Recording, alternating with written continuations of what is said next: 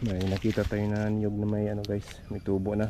Pero masarap yung ano nila to, yung laman, yung bukag na sinasabi. Tikman nga natin. Dati sa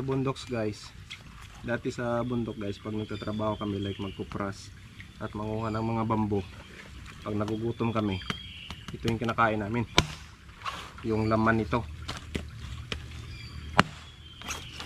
Kasi pag aakyat ka pa ng buko tapos matataas yung nyog, matagal. Maghanap ka lang ng ganito guys. Ano?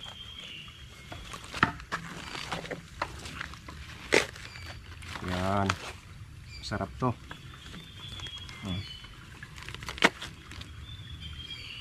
Basta mahaba yung kanyang tubo, malalaki yung kanyang laman.